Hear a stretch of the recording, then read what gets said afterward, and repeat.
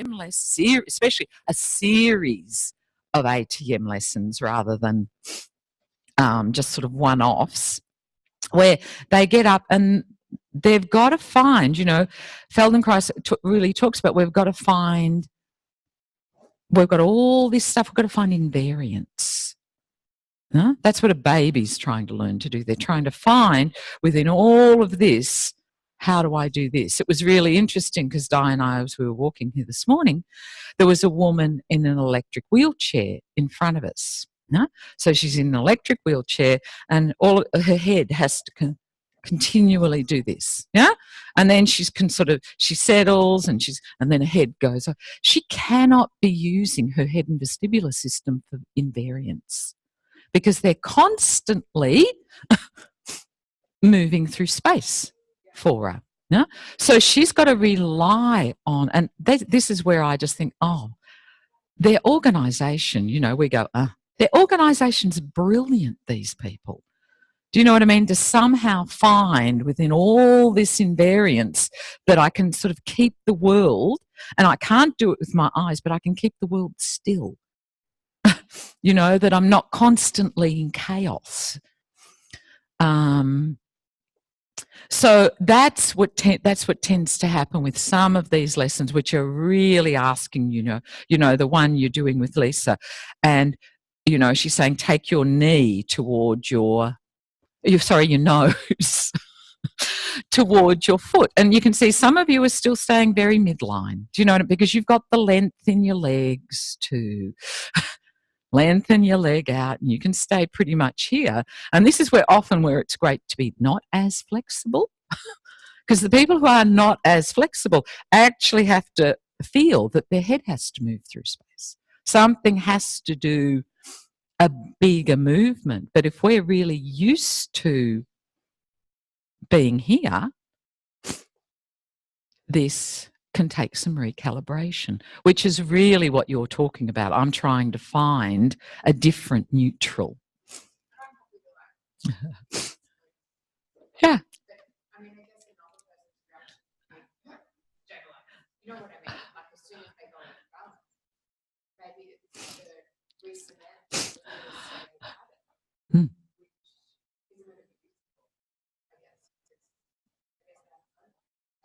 They haven't had enough experience yet. They haven't had enough options into their system, you could say. Do you know what I mean? That's allowing them to feel that. So again, and I'll talk about it this afternoon, the whole thing about these transitions of shifting weight and bringing you up in the centre of gravity is that you can always still have all this mobility. And this mobility initially is dependent on, if our head's a limb, on our head being free to move through space. Now, that's what lets us find all of these different shapes, that lets us do all these weight shifts and to bring ourselves into different positions. As it's honed, and this is what child development is, as it's honed, our head can stay more still and everything can happen. Because all of this is getting freer. Yeah? All of this is getting more organised. But if I don't have that differentiation in all those different vertebrae, because I'm used to holding myself more together, then when all of this starts moving, it's a little bit destabilising. So I love that you said it's like you're finding a new equilibrium. But it's also the fact that it's giving you another way to be in the world. And what does this offer you as a way of being in the world where I can't focus as much? Because the space you're talking about is not one where you can be quite as directive. Yeah. And, you know, that's what it is. It's really understanding as the facilitator that that's why reversibility is so important. We never want to take somewhere that they can't come back from. That's the absolute essential of reversibility. Because that's when you feel, oh my God, I'm here, this is really new, this is a new me, or this is a new way of being me, and it's actually really insecure because I actually don't know how to get back home. And that's what we're looking for, that we can give more possibilities so that our home resets, so that our home has more possibilities. But then I guess you as a practitioner have to kind of be able to figure out, and I guess this is more in an FI context, how much can that person handle, or how far can that person handle to go today? Because, you know, some people might be able, as you said, have got more experience and can take it, and other people you have to take much smaller steps, even though they might be able to access those possibilities in their body, but psychologically, I guess, maybe not. Yeah, so I think probably, just as I said, the main thing I'm looking for, because it's usually in bigger movements, is there's no reversibility. Really to be looking for, how do they go, how much effort or how much are they, and at that point you're usually trying to spread their attention, get them to do less, stay within reversibility, you know, just go as far as you can come back really easily. So they might have done the big movement and you can say, oh my God, and then you come back as the teacher and hone that. Okay, let's just go as far as you can, knowing that you don't have to change your breath at all to come back. So breathing's a really powerful one. Even if people don't attend to their breathing, most people can feel, have they begun to hold their breath. Yeah? So reversibility is your really big key there.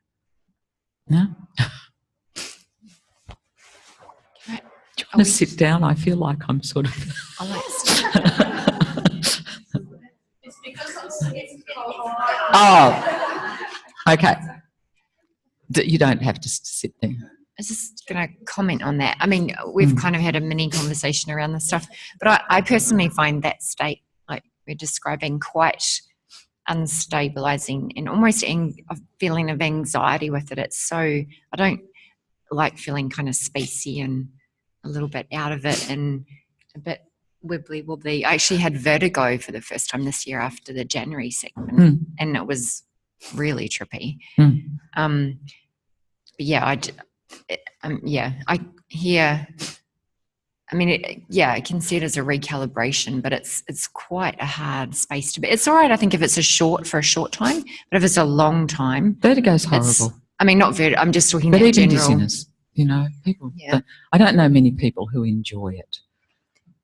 So I mean, I was talking about the general. So what could you do? What are some things, if you think about it, someone's getting really, what would you get them to do to feel contact with the ground's a great one. Absolutely. Put something on their head. Really does work. Another really powerful one is, and you can all stand up so you can feel this. Sorry. My apologies. The reversibility of making transitions up and down. Another really powerful one is to get them to, and usually for most people this will be a looking down, but it doesn't matter where it is. You're going to say, let your eyes softly focus wherever they want to look. Now, their eyes have to be open to do this. So just softly focus. So, you know, if they're out there, I know that they're not too anxious. If they can already get their eyes to the horizon, and because that tells me a lot about their organisation. But most people will not be there when they're feeling dizzy or vertigo. So just wherever it is. So for me, it's a spot down there. Let your eyes softly stay there and move toward it, and then just reset the point again when you're ready. No? Wherever it is. So you're just walking toward that point and then you reset it again. So you're trying to find their invariant place in space, wherever it is, where they can softly focus, where their eyes just rest, and then you get them to move from there. And then change the mind. So say mine's there, so mine's here. Sylvia? So obviously I walk toward it, and then I get to a certain point where I shift it again and walk toward it. And I shift it again. And it's whatever gives them. So for many of them, if they're trying to move, you try it yourself. If you're trying to move it through space as you do it, you often get wobblier. If you're trying to move the spot through space as you're walking, you'll get wobblier. Yeah? So it's this ability. So, you know, if it's down, it's why so many of us, when we go down steps, look down. How many of us look at the, you know, how many people look at the horizon or out when they've got steps? Or we can usually see about 6 steps, and I've tried this out on many steps. So what we'll do is we'll look down 6 steps. This is what a baby does, resets their own. Look down 6 steps, look up, and then we can go down 6, and then we'll reset. Then we'll reset, and off we'll go again. So, can you say a little bit more about talking about hold steps? So you used to hold yourself together, but then then maybe your concentration goes in other areas and stuff where you're more distractible. Was that what you said? no, I didn't say more distractible. It's a different way of taking in information that you may not be used to. Huh? No, I heard something different. It's a different way of taking in information. And maybe you are. So it comes down to this whole idea of what are we after? You know, I've got an intention to go somewhere. Huh? So it was how you were getting up yesterday. If you have an intention, I've got to go and do this to get up out of bed. Or, oh, no, I don't really have to do anything today. And it's this much more languid thing. So that's what we're after. I've got an intention. My goal is that I want to leave this room. That's my intention. So somewhere I have to be heading that way. Huh? But I could get distracted and go over and talk to Jane. But then I know that I can reset back to my intention. Huh? Which is very different to I haven't got an intention, I don't know where I'm going, and I go over to Jane and then it's like, what? Where was I going? And if some of you haven't had that, age will get it for you, I promise. You know, you go into the room and you go, what did I come in here for? And sometimes you actually have to backtrack back to where you were to remember what it was. Huh.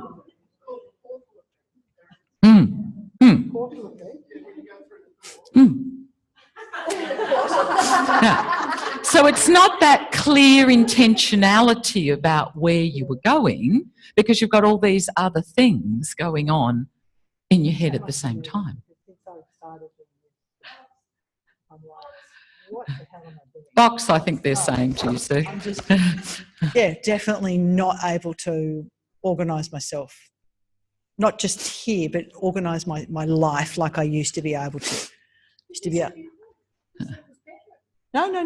But I can't keep it all in my head anymore. I used to have it all. I would know. I wouldn't never need to know to look in my diary when I had an appointment. I would know I was going to the podiatrist on Friday, the 4th or whatever, at 10 o'clock. Now I'm like, did I even write that in my diary? And then someone rings up and goes, you were supposed to come yesterday. It's like, oh, really? Or what are you doing here today? You suppose you're here next week? I think it's a really, you know, and I do think some of this happens just as a process of aging, but definitely organisation has got to do with it. So it's like, you know, why is it that some mornings, if I've done a particular ATM, because I always do the ATMs in the morning before I teach them, and I've done this, and, you know, it's only lately that I'm going, And I go, oh, what are we doing today? Da, da, da, da, da. You know, can I get clarity? I can't get clarity. And I'm thinking, I'm only just starting to realise it's maybe the ATM that I did that morning that's taking me into a particular space. Yeah. And that there's other ATMs that allow me to have that absolute clarity. And what's the different organisation that lets me have a bigger picture or lets me have more? Because you can see more intentionality brings me to a different organisation than I'm in the big picture. Da, da, da, da, da.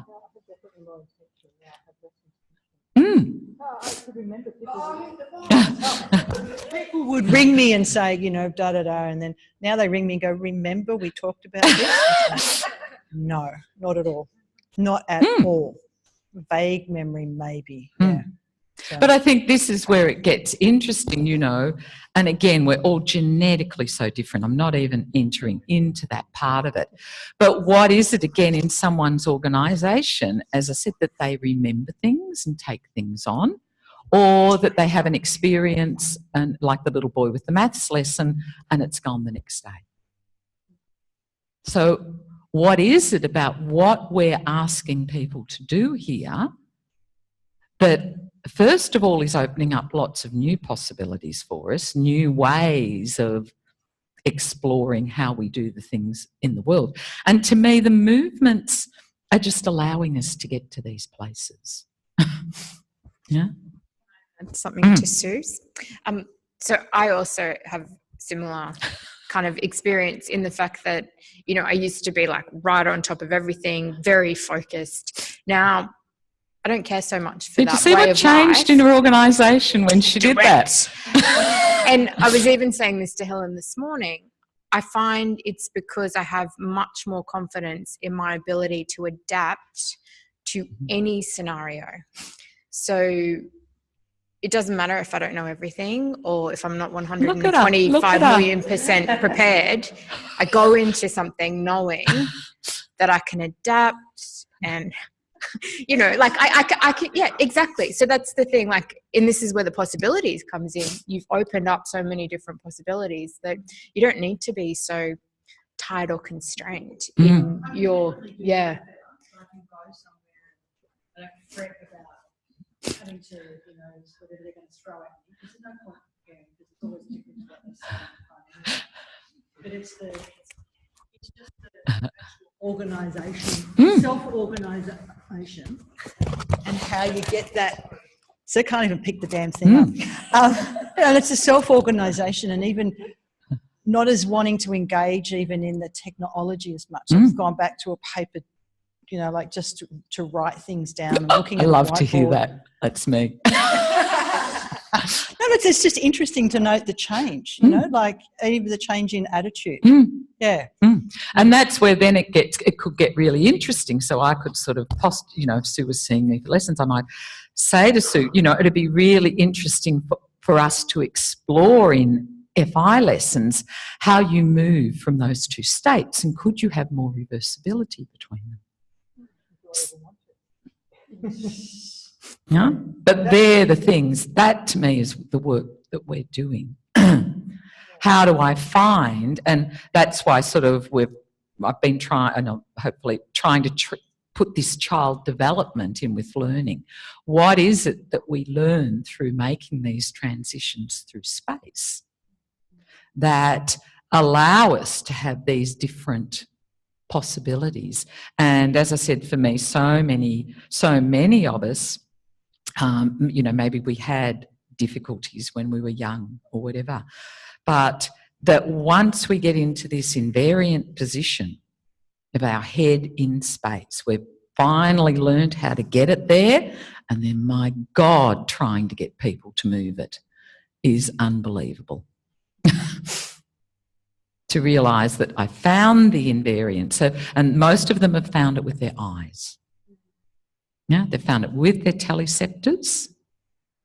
So their eyes are really strongly orienting to do most of their balance and their postural reactions. So their vestibular can't do much because it's not moving much through space. So it's not getting much stimulation into it.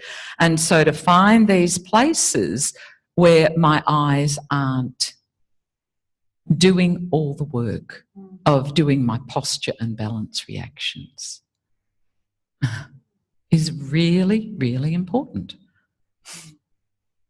And that's why often we get this dizziness, because we're so used to fixing our eyes and vestibular in space to give us our balance.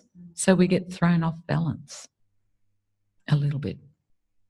Well, that's my theory. That's my theory. But, you know, what I'd like to encourage is this is what I've come to after a lot of observation, after doing different things. But it's your investigation that's really important.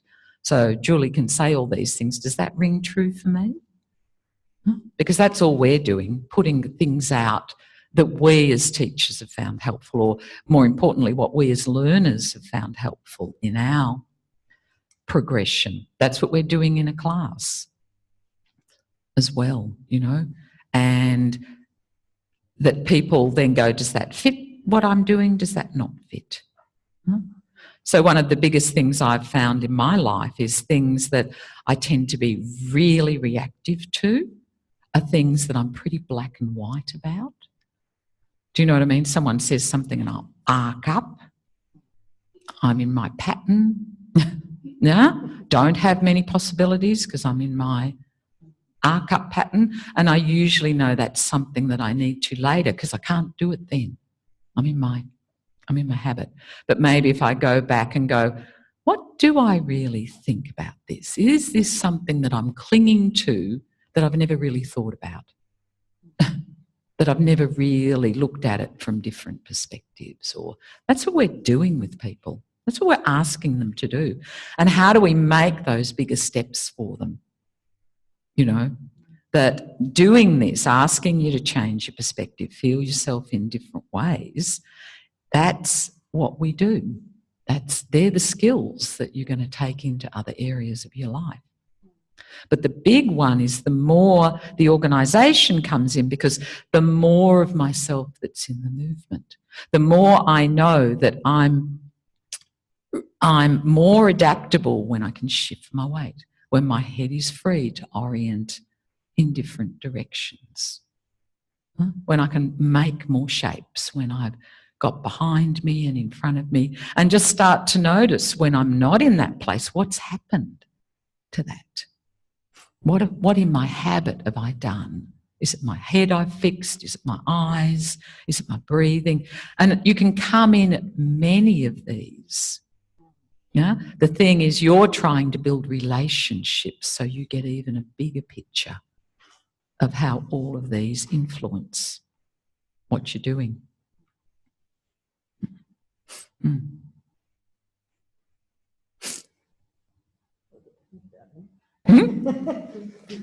And as I said, that's why it's the lifetime journey.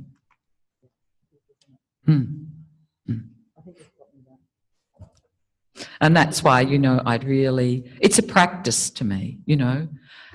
I don't think, in my training, and this is not deriding my training at all, I think I got a good training. I was a pretty resilient learner, which I think helped. We weren't really encouraged to do anything between segments. It was never sort of suggested, you know. I mean, we did once a week. I think we got together and did a Frank Wildman tape because that's all we had. But I think it's this ability that you build it into something, you know, even if it's when you go for your walk. I don't know if you go for a walk and you're just spreading your attention, you know. How do I walk and explore, you know? Does it make a difference if I walk and I look at that tree far in front of me and keep soft vision? Or does it make a difference if I'm doing something else? Is it, you know, is it this whole idea that when I get and I go, that's my problem, it's my hip, it's my shoulder, that I know I'm fixing on something and not seeing it in relationship to everything else. Yeah? So that if someone comes in and says, oh, I've got a sore shoulder, That yes, we're going to listen to them about their shoulder. Huh?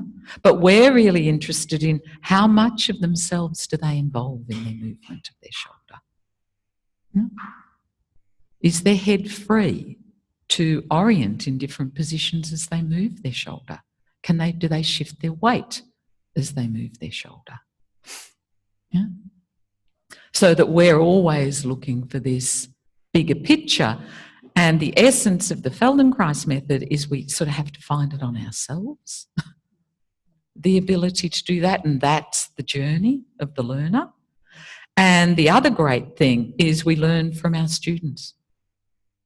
We learn so much from our students to inform us as well. So yeah, but you have to practice this stuff. So even with your ATM practice, you know, and you might think, oh, I don't really want to be an ATM teacher. I'm more interested in the FI, or you know, I'm not even sure that I want to do this. There's something in the practice of doing your own practice and teaching ATM that allows you to find even more possibilities for yourself. And it brings the work to another level. It brings it to a more explicit level for many of you, so that you can talk about it more. And if it's discomfort that's stopping you from practicing, boy, it's a great place to practice. How do I make myself comfortable? You know, how do I make it less challenging or less threatening? You know, I can really play with this challenge threat idea for myself. But you learned so much from teaching ATM, which you already got. How can all those people do it in all those different ways with the instruction I just gave? One's going really fast, one's going really slow. How does that perturb me? You know, how do I find myself again? Yeah. Anyway, enough. Lisa, do you want to teach the ATM? Yeah.